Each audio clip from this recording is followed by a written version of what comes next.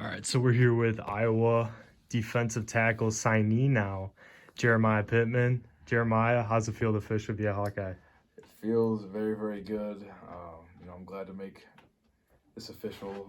Got the process over with. Now I can just, work and look forward to summer going down to Iowa and getting work done. Yeah, so obviously you went through the recruiting process. It was a pretty crazy one. I don't even know if I want to use the word crazy. It's just different. Yeah. You really saw your stock pick up in January at the Edgy's thing, and then you picked up a few offers, and then ultimately committed to Iowa, seemingly out of nowhere. So kind of go through the process from like step one to where you're at now. Yeah. So, my first offer was Iowa State. Obviously, that was right before that was in January, I want to say, and then Northwestern came right before the dead period. So after that, those two offers, I was behind those two offers, and then I went through the whole dead period, Right. and then I started to get more and more. I think I saw Iowa somewhere. I was always aware of Iowa and that they were good, but I never really even considered them until I saw them. I forgot where I did, but I'm like, oh, that'd be crazy if I went there. That'd be fun. But I ended up. I think I forgot when they offered me, but it was in the middle of when everything. It was like a 6-week span, where it was just calls every single day, and I had to organize that. But yeah, they're kind of in the middle. And then I didn't really talk to them as much in the beginning when they first offered me. I just wasn't really considering them because I'm like, yeah, I'd probably end up going somewhere else. But towards the end of the process, it was like a month or a couple weeks or so where I kind of really, talked to Coach Bell and talked to Coach Ferentz and Seth Wallace, and over and over again. It was a lot of time. And I'm like, I kind of like it there. And I like the coaches, Coach Bell, he's phenomenal. Me and my parents both feel very comfortable with him. So yeah, he was definitely one of the guys that kind of caught my attention and kind of drew me to Iowa. Yeah. So, like you said, you and Coach Bell kind of seem like two people that would really work well together and communicate with each other well. Yeah. What was it about him that really struck a chord with you? I liked his transparency. He was honest with what he had to say. He was telling me, I'm not gonna be calling you every day. It'll be every couple days. I just want to get to know you so that we can get the process going. I'm like, that's ideal for me. Some guys like doing calls a lot. I wasn't, interested in that as much, but he was very, especially with the situation with the strength and conditioning coach. He was very transparent and what was going there. When we first saw that, we were like, oh, what's going on? But he was very helpful in telling us what's going on, what they found out, and he was telling us, hold on, we're gonna get you as much information as we can. And we're like, okay, yeah, we like that he wasn't trying to shove it off into somewhere else because he thought it would scare us off. But yeah, he was very honest, and he just knows how to relate to me. Me and my parents, we like him. He's from Mississippi. My dad's from down south, so they kind of have that little bond. But yeah, he's very transparent, so I like that about him. Yeah, I mean, not to get into too much of the racial things of what happened this summer, but what was kind of just the initial, I don't know, feeling of it, and then what about was Bell saying that was kind of this isn't what it's about, this is a great culture here. So it was actually funny. I think it was it was like a week or two after I committed. It came out of nowhere. I'm like, uh-oh. But first seeing it, I was alarmed at first, but and we never really, were like, oh, we got to leave this place because of, racial allegations or whatever. But we kind of sat back. We waited for the coaches to tell us, this is not gonna go away easily. So they were gonna deal with the players accordingly, and they did with me and all the other guys, which is good. But we kind of just let them, and they let us talk to us. We let them talk to us about what they knew was going on, and we liked that. Whenever the people were pointing out the specific guy that was in question, they were always first to defend Coach Ferentz.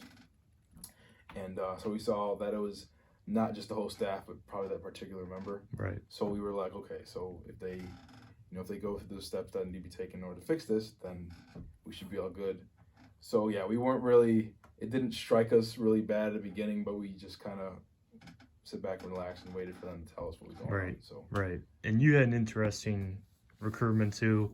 obviously with no visits, you haven't really been able to take like an actual visit to Iowa. Nope. So what about the staff? I mean, that must speak to the staff of just how much you trust them, like not even meeting them in person, but Yeah. just being able to communicate with them and just kind of see through like what they're trying to say. Yeah, so I'm a little bit old school when it comes to most things. Like I said, I don't as much enjoy social media as much as other guys, but Right. Coach Ferentz, he's an older guy, and the way he did things, the way he was talking to us, kind of just like I felt comfortable with that because he wasn't like he was older guy, but young and energetic is good, but we knew that he had a good head on his shoulders, and he was gonna be. He had wisdom in what he was doing, and same with Coach Bell. He's a little bit of a younger guy, which is I like to relate to, but he also has that little bit of old school in him where he's not going to sugarcoat anything. Right.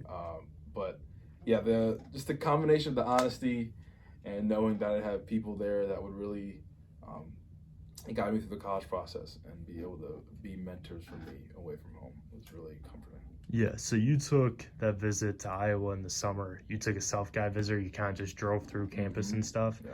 What was kind of the feel that you got? I mean, obviously there wasn't really a lot going on, but what was kind of the feel that you got when you took that visit and even when you saw outside of Kinnick Stadium too? Yeah, so that was the first time we'd driven through Iowa many times. That was the first time we actually got on and stayed in the state and on campus. But it was really my third college visit. I got to see Northwestern and Iowa State in January, Right. I think. But it was the biggest college we'd seen yet. So it was like, wow, this is all one place. So that was kind of cool to see. But I like that it was we heard that the student population was small in the Big Ten, but 30,000 doesn't seem that small, which is good. And we kind of like the size in relation to the amount of people we had there. So I knew it wasn't going to be too crowded, but it'd be a good campus, very walkable, which is good too. We just didn't like it wasn't as much as you have downtown Iowa, which is the more city feel, but you have the I think it's the east side of the campus, which is a little bit more spread out. Right. So you took those visits or you went with your parents and stuff. What kind of have you seen from like the football program this fall? Obviously starting off the year 0-2, and then with everything that happened this summer, like it kind of seems like things were kind of downward spiraling, but then they've really turned it around. So what have you kind of seen from them, and what kind of hope does that give you for the future? Yeah, so obviously they had to go through a lot with the situation that went on with strength and conditioning staff, but the first 0-2, so we knew going into this year, we knew it was, it was kind of it was a different year, obviously, for everybody, and Iowa didn't get as many practices as other teams because they were being a little more safe. So we knew that this year was going to be very weird, so we weren't really going to get scared or too excited in what we saw because of, the different things, people opting out and everything going on. So we went into the year like, they might be struggling a little bit this year. And they obviously had a tough schedule, so they had beat those 2 games, but they ended up finishing. But after we saw them start to win, we started running the ball, and they were really good running on the ground. We were like, oh yeah, this is definitely the school we signed up for. Yeah, it was encouraging once they started getting on a little win streak. They tried to compete for the place in the Big Ten championship, and Northwestern already clinched it. So, but yeah, it was definitely encouraging to see this team overcome, and it was kind of a testament to the team and the coaching staff and what they can endure. Yeah, and especially the defensive line this year, especially 2 guys in the middle, Jack Heflin, Davion Nixon. Davion especially, Big Ten Defensive Player of the Year. Yeah. What have you kind of seen from the defensive line that you really like and kind of see yourself fitting in there? I think when Coach Bell first showed us the concept, it was a 2-gap defense. And it was very simple, yet very complex in what they had to do. The job was simple, but what they had to do and how they had to do it was a little complex. So we liked that. It was a little bit of a little bit more old school when it came to football. Right. And it was encouraging to see some guys. Dixon's probably he's going to go far. So it was encouraging to see a couple of guys do really, really good, and to know that someday maybe I can be in those shoes. So yeah. So has Bell kind of said what he likes about you? Like, what are some of the things that really stand out about you in terms of just what you bring to the table as far as strengths on the field goes? On the field, we haven't really dove into that. He did tell me a little bit of things back in the spring. They liked my length. They liked that I still had room to grow in my size and whatnot, and that I was already, a little bit bigger than usual. Mm-hmm. But he hasn't really specified what he wanted to do, but he did he was talking to my coaches, and they said that they had nothing but good things to say, thankfully. So we haven't really dove into specifics, but he's definitely looking for me to, be one of the stronger, bigger guys that they have. Yeah. He likes you on the interior then too, I imagine, right? Mm-hmm. Yeah. Probably the 3 tech. Yeah, gotcha. So as far as like the other defensive line commits in the class, Jeff, Max, and then Griffin, have you been able to talk with them at all? Have you been able to communicate much with them? Talked very little.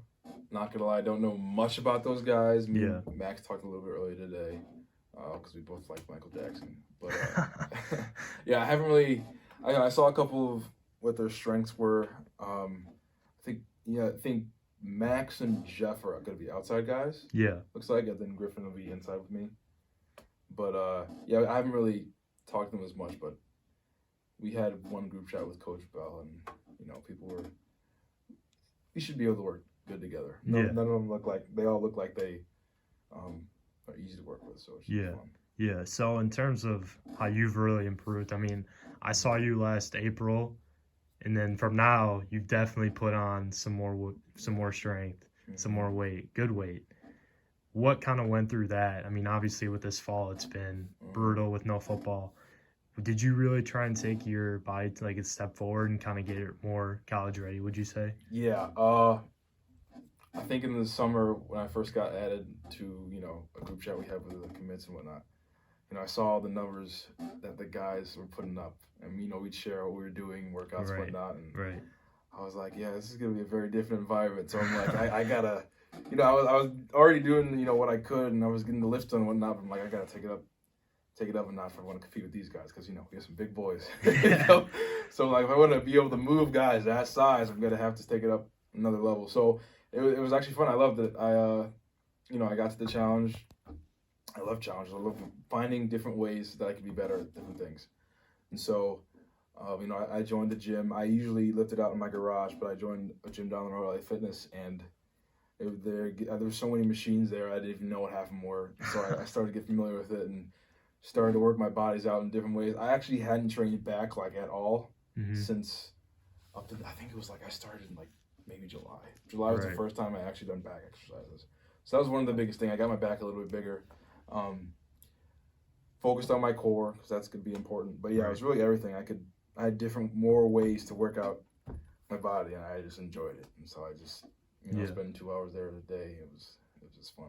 And you feel better? You feel bigger? And, oh yeah. Yeah. Definitely. Yeah. So, I mean, what about that too? I mean, just the guys the strength and conditioning program. I mean, obviously outside of what happened, it's a pretty known program.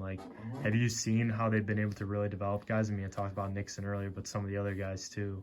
Well, you see, they talk about on TV all the time how Iowa's a developmental program. They don't really get, a lot of 4- and 5-star athletes. Right. So, knowing that they can compete with these such high-level teams with, 2- to 3-star and sometimes 4-star athletes, but I didn't know that about them until a couple of weeks prior to committing that they had such a good strength and conditioning program. So I didn't really have that much influence on my decision, but because all colleges gotta have a good program. It's just a matter of how good. But yeah, I didn't. It's good to know that they have those steps that take me to another level and get me as far as I want to go. But yeah, it's good knowing that they have a really good strong program, which would be fun for me. Yeah, a few more. So. Were there any other schools that tried to kind of keep in touch with you a little bit, knowing that you didn't visit Iowa after you committed? Yeah, there were schools before and after I committed. They didn't know if I was 100% sold on Iowa, and especially after the scandal or whatever.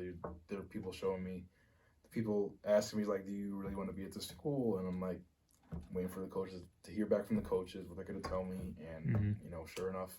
It came what was really happening, so that was good. But yeah, there's a couple people that came and asked me, but I didn't even respond, to be honest. Okay. I was I was sold.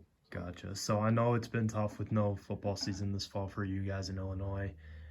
what's kind of the expectation for you this season in terms of just individual and then, team wise too? Okay. So yeah, they're gonna expect they expect a lot from me last year, but they probably expect more. So it's a lot of weight to hold my shoulders, along with the captains. Being the captains, we had to do we had to keep guys on track and whatnot. But yeah, for me individually, I just need to get more discipline as a player. Not running up on not running up fields on the power plays and whatnot, and really working on my hands, getting more active with my hands. And so I really want to get more sacks than I had last year. I want to get more everything, but that's Right. probably the biggest thing is my pass rushing, my hands, getting active with my hands is what I need to do best at. And then as a team, like I said, me and the captains doing our best to try to keep people accountable when it comes to lifting. Yeah. And we've done a pretty good job. Like Coach was saying earlier, our weight room records have been shattered by everybody. We have more people putting up 225, more people putting up 315 on the bench and whatnot. And so it's really good to see a whole group of people trying to stepping up to the challenge. But as a team, we were junior heavy last year. Now we're going to be senior heavy this year, and I think we're like 26 seniors. And we got some good players. This is the most guys we've ever had going to college play football at Viter. I'm pretty sure. We're pushing 10 right now. So we have a lot of guys who are ready to play this year and the next level, who really need this year in order to play the next level. So you got a lot of guys who are hungry. They've been doing all they can, weight and lifting, and they're really ready for the season. Yeah. I'm going to be disappointed if it doesn't happen, but hopefully it does. Yeah, for sure. So last question. What are you kind of I know you want to focus on high school first, but what are kind of your expectations? What are kind of your, thoughts going into Iowa of what you want to accomplish during your next 4 to 5 years? Yeah. I don't know. I haven't really been in this, and I don't think anybody that's going into college to play the next level has been at this competitive level, and I'm kind of interested to see how I respond. Obviously, I've been one of the bigger kids growing up. Right. It's easier when you have going up against smaller people, but I'm kind of interested to see how I react to other people being able to push me around because you got 300-pounders going in. But I want to see how good I can be at using my body in different ways, using my speed. That's one thing I got to use is my speed to get the advantage over the bigger guys. But yeah, I'm just kind of excited to be not the big fish, I guess to say. So it's just something that I really enjoy is finding new ways to just be better. Perfect.